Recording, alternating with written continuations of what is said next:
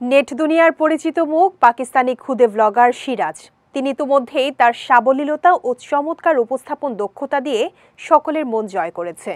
কিন্তু দুঃখের বিষয় হচ্ছে আর ব্লগিং করতে দেখা যাবে না খুদে এই তারকাকে।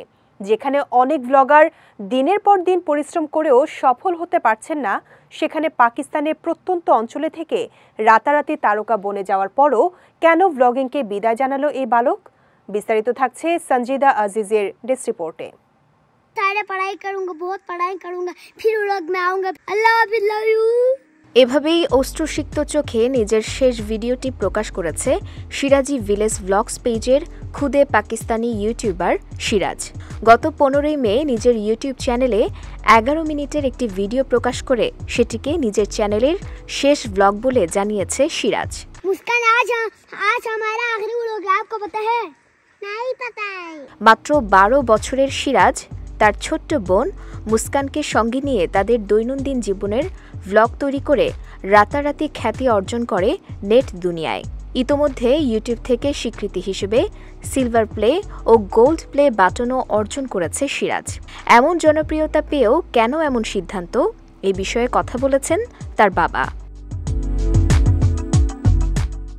সম্প্রতি একটি ভ্লগের মাধ্যমে সিরাজের বাবা তার ছেলের ভ্লগিং ছেড়ে দেওয়ার সিদ্ধান্তের জন্য দুটি কারণ ব্যাখ্যা করেছেন। প্রথমত, তার মনে হয়েছে সিরাজের এই খ্যাতি তার ব্যক্তিত্বকে বদলে দিয়েছে, সে আর আগের মতো নেই। তিনি মনে করেন এটি সামাজিক মিডিয়ায় তারকা হওয়ার একটি পার্শ্ব প্রতিক্রিয়া। দ্বিতীয়ত, ব্লগিংয়ের কারণে পড়াশোনা ক্ষতিগ্রস্ত হচ্ছিল সিরাজের।